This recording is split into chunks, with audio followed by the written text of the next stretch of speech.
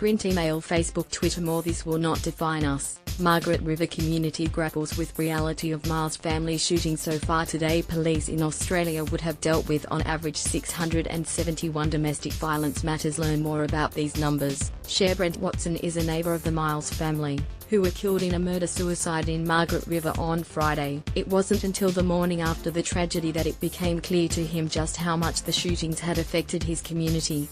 "There was a young guy driving a tractor for us. I found him in the cab of the tractor all upset," Mr. Watson said. He's in his early 20s, lives up about 5 or 10 kilometers from here. He could only pick up one radio station in the tractor, so he was listening to this for hours and hours, and he was a bit of a mess and didn't have a way of processing it all. I look at some of the media reports and it talks about the village being, I can't remember their words, but this idea of being shocked or they're reeling or whatever. At first you read it and think, oh, that's just a bit of journalism and a bit of hyperbole. But then when I found this young fellow in the tractor all broken up, then I guess it becomes true, and you realize that people, particularly young people, are more vulnerable than you think. Police say it will be months before they can confirm exactly who was responsible for the deaths. The children's father, Aaron Cockman, has laid the blame squarely on his former father-in-law. Mr. Cockman says Peter Miles shot and killed his wife, Cinda, his daughter, Katrina, and her 4 children, before turning the gun on himself. Now, as the initial shock of the murder-suicide of the 7 family members subsides, the reality of the tragedy is beginning to sink in. Like Peter Miles, Mr. Watson is 61 years old. He has 3 grandchildren of his own. "There's no way I could possibly know what Peter's circumstance was, but I can imagine that he'd be pretty attached to those kids and may have been worrying about their future or something," he said. Maybe he found, some perception of an irreconcilable mountain that he had to get over.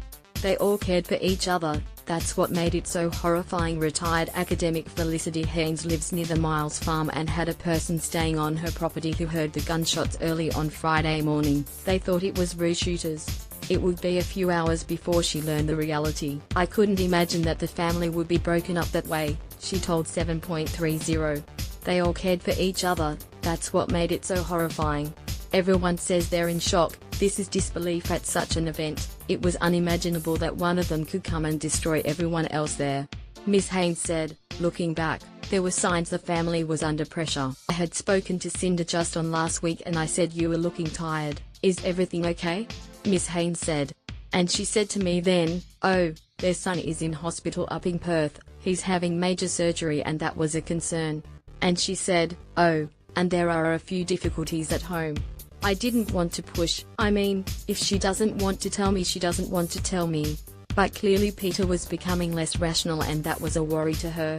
He's had a difficult life. In addition to Peter and Cinda Miles's son Neil having kidney problems, they had lost another son to suicide a number of years ago. "I knew that Peter had been depressed for some time. He's had a difficult life and there have been deaths in the family that really upset him," Ms. Haynes said. She said she believed the family had bought the property 3.5 years ago to give Katrina and her children a fresh start. "I think he thought this was a fabulous future for them, that this was the way to live and they were coming close to making their whole farm completely self-sustainable," Ms. Haynes said. Despite the apparent green pastures, a long summer meant water was becoming scarce and neighbors believed money was tight for the Miles family.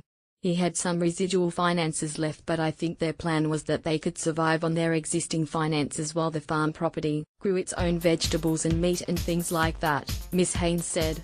"They had chicks and eggs and maybe that didn't happen as well as he thought. If we'd known, we could have offered help overseas." The tragedy has already reignited debate about gun laws, but the Miles family's friends and neighbors say this story is far more complex than that. "I don't think the gun law is the issue," Ms. Haynes said. "I think mental health and depression and loneliness are more important issues that seem to trigger this event. I mean, if he could have talked to other people, or if Cinda could have talked to other people, if only we'd known, we could have offered help." Mr. Watson said he hoped the tragedy would not define his community. "This will just be part of the fabric of the place now and people will speak of it," he said. "But I imagine life will go on. It's going to take more than something like that to define this place." Print, email, Facebook,